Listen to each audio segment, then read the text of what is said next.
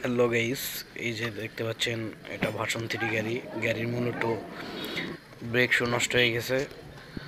Break শুটা আরও আগে change করা লাগতো, সে একটু দেরি করে চেঞ্জ করে ফেলেছে, যার জন্য প্লেটের অবস্থা খুব খারাপ হয়ে গেছে। তো আপনাদের যদি এরকম কোনো প্রবলেম মনে হয় তাহলে সঙ্গে সঙ্গে ব্রেক শুটা চেঞ্জ করে দেবেন, না হলে কিন্তু হাইড্রোলিক প্লেটটা নষ্ট হয়ে যাবে।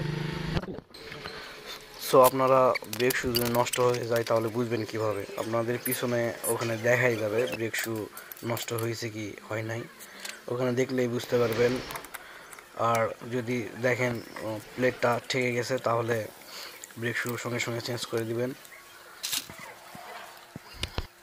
আর ব্রেক শুটা অবশ্যই ভালো মানের লাগানোর চেষ্টা করবেন, তার কারণ নর্মাল ব্রেক লাগালে অনেক সময় চাকা জাম জাম ভাব মনে হয়। ভালো ব্রেক লাগালে আপনার পিছনের চাকাটা একদম ফ্রি থাকবে, এছাড়াও কোনো সমস্যা থাকবে না। তো আপনারা ভালো ব্রেক শু লাগানোর চেষ্টা করবেন। সো ভিডিওটি যদি ভালো লাগে তাহলে আমাদের পেজে লাইক, কমেন্টস এবং সাবস্ক্রাইব করে বেল আইকন বাটনটি অল করে দিবেন।